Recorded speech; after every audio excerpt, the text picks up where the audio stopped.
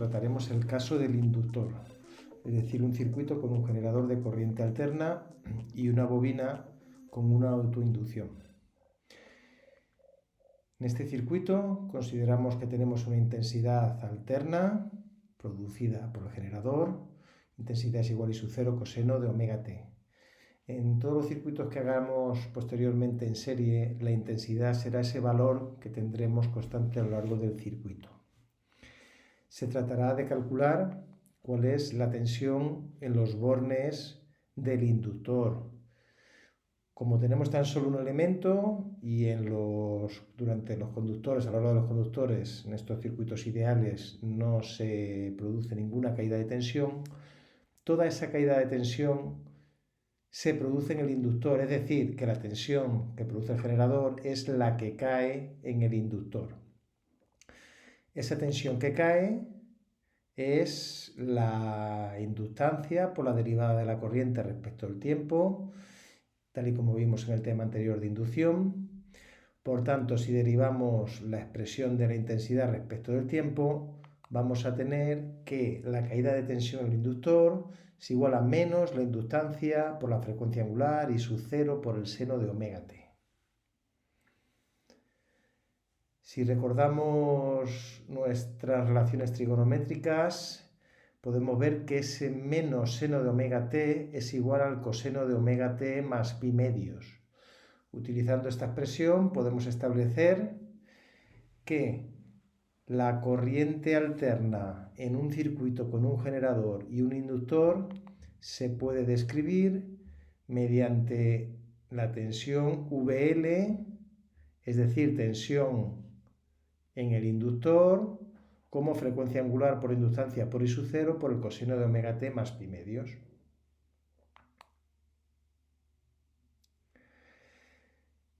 En esta expresión se suele utilizar la siguiente relación. Al producto frecuencia angular por L, por la inductancia, lo vamos a llamar reactancia inductiva.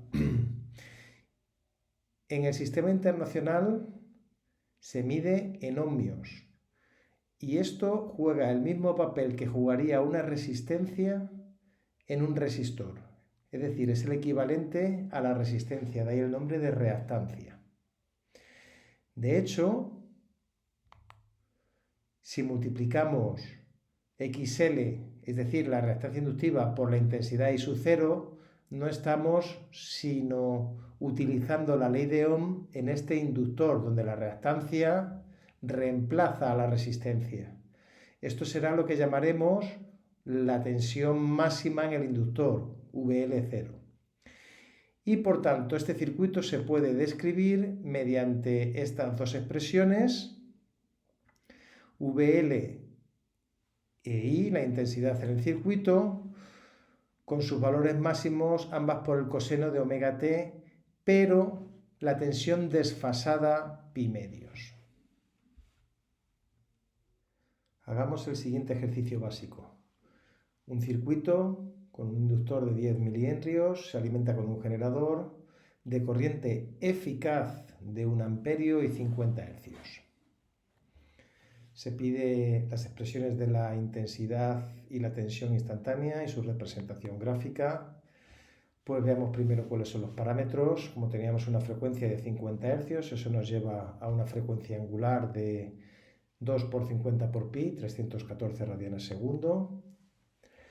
Una vez conocida la frecuencia angular, podremos conocer la reactancia inductiva, que es 314 la frecuencia angular por 0,01, que es la inductancia. Esto nos llevará a un valor de 3,14 ohmios. Por otra parte, I sub 0, el valor máximo de la intensidad, se puede relacionar con la intensidad eficaz, que es lo que nos da el problema. Recordemos que había un factor raíz de 2 entre la intensidad máxima y la intensidad eficaz. Y el valor del voltaje máximo, utilizamos ley de Ohm mediante reactancia por intensidad, que nos llevará a un valor máximo del voltaje 4,44 voltios. Metemos esto en las expresiones que vimos previamente y llegamos a las siguientes fórmulas, las siguientes expresiones para voltaje instantáneo en el inductor e intensidad instantánea en el circuito. Lo representamos y de entrada podemos ver que no están oscilando en fase, como era el caso del vídeo anterior. Existe una variación de pi medios, es decir, de un cuarto de periodo, y si nos fijamos, vemos, pues aquí estos puntos verdes que hemos señalado en el gráfico, el voltaje alcanza el mínimo ese cuarto de periodo antes que la intensidad, pero también el momento en que se anula lo alcanza un cuarto de periodo antes y también cuando llega al máximo, es decir, el voltaje va un cuarto de periodo, un valor pi medios por delante de la intensidad.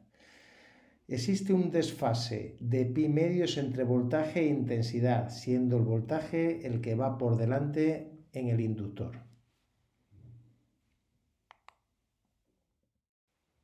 Energía y potencia en un circuito con un inductor. En los puntos anteriores vimos cuál es la tensión y la intensidad en el circuito. Si recordamos que la potencia se puede definir como voltaje por intensidad, tendremos que la potencia en cada instante de tiempo, es decir, potencia instantánea, será esos valores máximos, coseno de omega t más pi medios. Para calcular la energía consumida durante un ciclo, tendremos que integrar potencia por diferencial de tiempo durante ese ciclo, es decir, entre que t vale 0 y t vale un periodo. Pero en vez de hacer esta integral, que es un poco farragosa, vayamos a la gráfica. En este caso será más fácil representarlo. De nuevo en azul y en granate tenemos los valores encontrados en la gráfica que vimos anteriormente de voltaje e intensidad.